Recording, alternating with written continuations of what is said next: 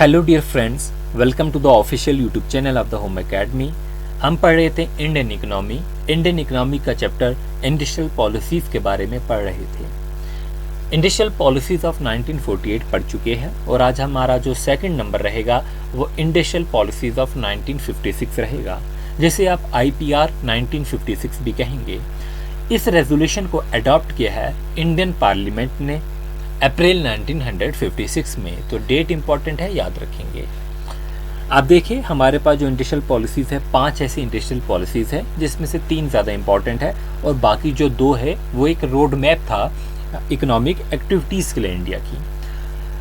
1956 की जो पॉलिसीज़ थी ये सेकंड कंप्रीहेंसिव स्टेटमेंट थी on industrial development of India after the industrial policies of the 1956।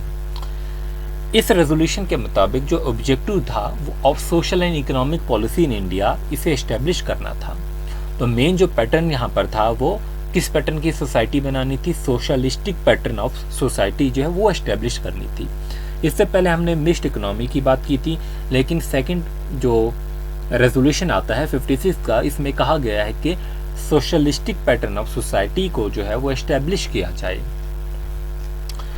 अभी कुछ इंपॉर्टेंट जो है वो फीचर्स देख लेते हैं इंडस्ट्रियल पॉलिसीज ऑफ 1956 का। पहला फीचर है गवर्नमेंट ने रिवाइज किया था फर्स्ट इंडस्ट्रियल पॉलिसीज, मतलब 1948 की पॉलिसी को रिवाइज किया through the industrial policies of the 1956।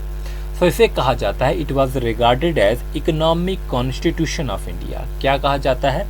Economic constitution of India कहा जाता है।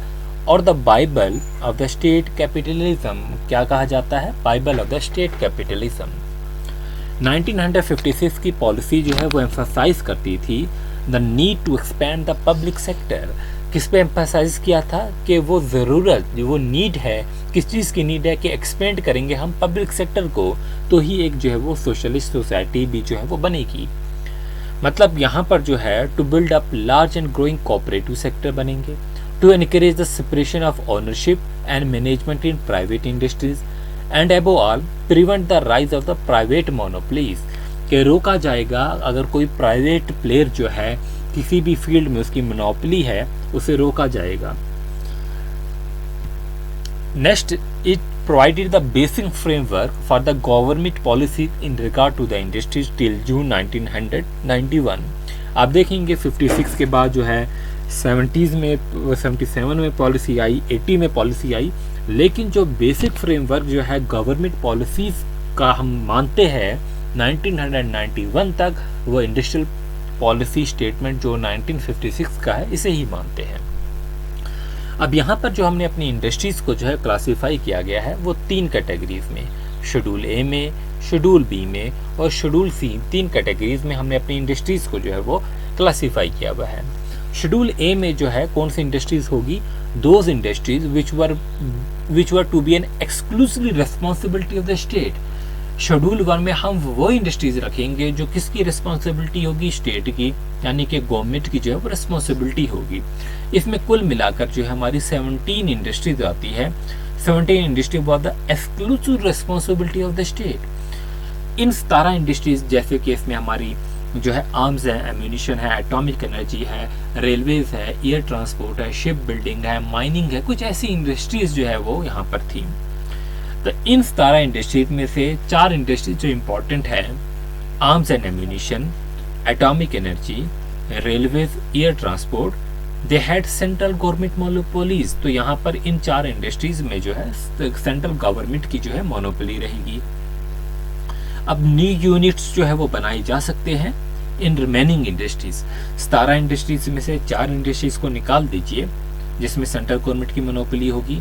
उसके अलावा जो बाकी बचते हैं 13, उसमें जो है स्टेट गवर्नमेंट जो है वो जो है अपने यूनिट जो है वो खोल सकती है। सेकंड हमारे पास आता है शेड्यूल बी की इंडस्ट्रीज।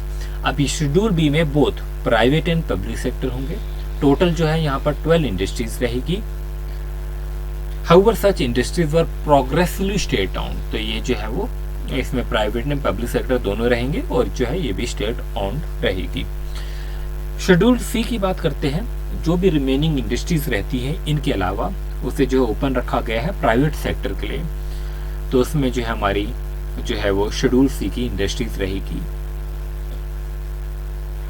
इसमें एक और इम्पॉर्टेंट बात भी यह है कि अगर स्टेट गवर्नमेंट चाहती थी कि हम किसी भी इंडस्ट्रीज को जो है वो अंडरटेक करना चाहे तो वो कर सकती थी। स्टेट के पास जो है ये रिजर्व था, ये राइट था कि वो किसी भी इंडस्ट्रियल प्रोटेक्शन हाउस को जो है वो जो है अंडरटेक कर सकती थी। अब हम बात करते हैं आईपीआर 1956 का जो मेन जो स्ट्रेस था वो किन चीज़ों पे था। वो था इम्पोर्टेंस ऑफ कोटेज इंडस्ट्रीज पे। किस पे, क्या इम्पोर्टेंस है कोटेज और स्मॉल स्केल इंडस्ट्रीज से, कि कैसे हम अपनी कोटेज इंडस्ट्री को एक्सपेंड करें, कैसे हम अपनी स्मॉल स्केल इंडस्ट्रीज को एक्सपेंड करें। अगर इनमें एक्सपेंशन होता है तो एम्प्लॉयमेंट अपॉर्चुनिटीज बढ़ती है। ठीक है, तो ये जो है wider decentralisation of economic power भी होगा और उसकी एक्टिविटी का भी रहेगा। नेक्स्ट जो है रेजोल्यूशन जो है also called for effort to maintain the industrial peace. अब इस रेजोल्यूशन में इंडस्ट्रियल पीस की जो है वो बात की गई है। ठीक है, तो मेन जो रहता है वो डेमोक्रेटिक सोशलिज्म पे जो है फोकस किया गया था, मेन ऑब्जेक्टिव। कुछ क्रिटिसिज्म था, बिल्कुल जो है क्रिटिसिज्म किया गया। किन्होंने किया, प्राइवेट सेक्टर जो था उनकी तरफ से क्रिटिसिज्म हुआ। क्या हुआ कि वो उनकी जो एक्सपेंशन पॉलिसीज थी वो जो है लिमिटेड कर दी गई, तो वो एक्सपेंड जो है वो नहीं कर पाते थे अपने को। तो सेक्टर जो था, ये जो private sector, they was kept under the state control through a system of licences. तो लाइसेंस सिस्टम जो था ये रहा। आप जानते हैं उसके बाद एलपीजी रिफॉर्म जो है 91 में आई, जिसमें जो है हमने इस लाइसेंस सिस्टम को जो है वो रिमूव कर दिया।